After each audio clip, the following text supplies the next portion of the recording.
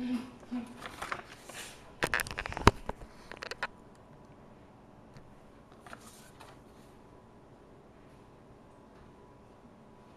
Mr. Marshall, classmates, and guests.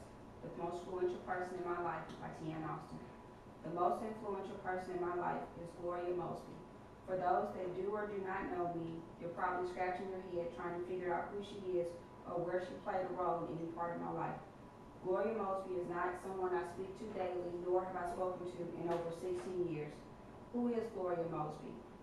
Gloria Mosby was one of the most caring instructors I had during my last 2 years at Bishop Hogan High School. I had now called Hogan Preparatory Academy.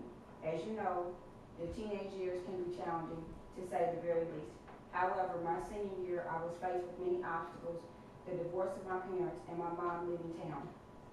I know people get divorced every day, yet most mothers don't wait until your 17th birthday after they have forgotten it was your birthday to decide to sell everything in the home, close on the sale of the family home that you didn't know was for sale, and send you to live with one of your classmates, all while your father was at work, and most importantly, leaving you with no money. Needless to say, I had a lot to deal with at the beginning of a new school year, my senior year, when I was supposed to be having fun, making plans for college, attending Friday night football games and parties, and most importantly, being a kid. Several weeks had gone by and school had started. While my mom was away living the kid-free life in Indiana, she barely even called to see if I was okay. If I called her, it was as if I was bothering her. I was being bounced around like a ping pong ball from one person's house to the next. I had developed the I don't care attitude along with following in my own self-pity. One day, Miss Mosby waited for me to come to class so she could talk to me to find out what was going on, as my grades were beginning to suffer terribly in both of her classes as well as my other ones. When she spoke to me of her concerns, I lashed out and began to ditch her class in an effort to avoid her. Before I knew it, one day it turned into days and days into weeks. I was at my last housing arrangement, number 3, when I decided I wanted to just end it. I had taken an entire bottle of no-dose sleeping pills. At the age of 17, I was faced with major financial problems with mounting tuition bills that my mom had left me with when she placed me in a private school. Wallowing in self-pity and feelings of my own abandonment, I was rushed to the hospital and had to have my stomach pumped. On the day I was released from the hospital, Truman Medical Center, I had been home maybe 30 minutes when there was a knock at the door. It was Miss Mosby. I opened the door. She just stared at my frail, thin body and looked at me sadly.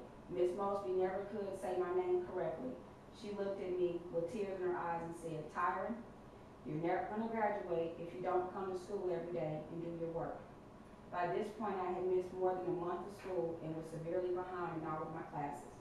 Miss Mosby worked with me daily before and after school until all of my work was done, and not only her class, but my other ones as well. She even worked out a tuition repayment plan by having me work in the office during my study hall. As it turned out, Mrs. Mosby wasn't the mean old grouch I had made her out to be. She merely wanted me to be successful.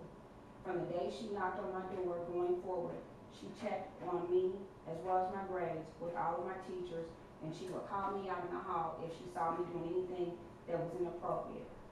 I began to feel comfortable talking to her about my problems. She just listened to me and always asked, "Do you want me to say anything?"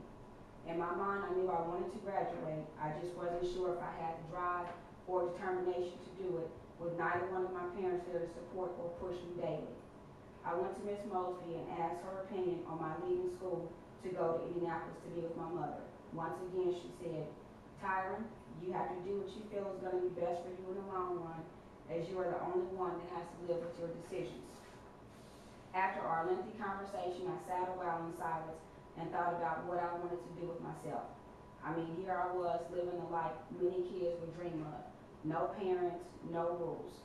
Yet after living that life for the past 3 months, I saw how alone I really was and decided that wasn't the life for me.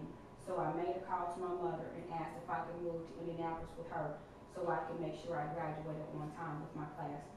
Ironically, Miss Mosby still lives in the same community of Greater Kansas City as she did when I was a student 16 years ago.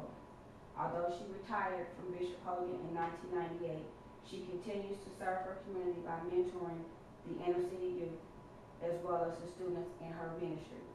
I'm amazed to this very day she is still continuing to have an impact on the students at Hogan Preparatory Academy as she did when I attended. In closing, had it not been for Gloria Mosby and her continuous pushing, not allowing me to wallow in my own self-pity, and most importantly, her not giving up on me, I owe a lot more to her than I could ever express in words. I can truly say Gloria Mosby saved my life on February 19th, 1994, and for that I'm eternally grateful. What, do you have a picture?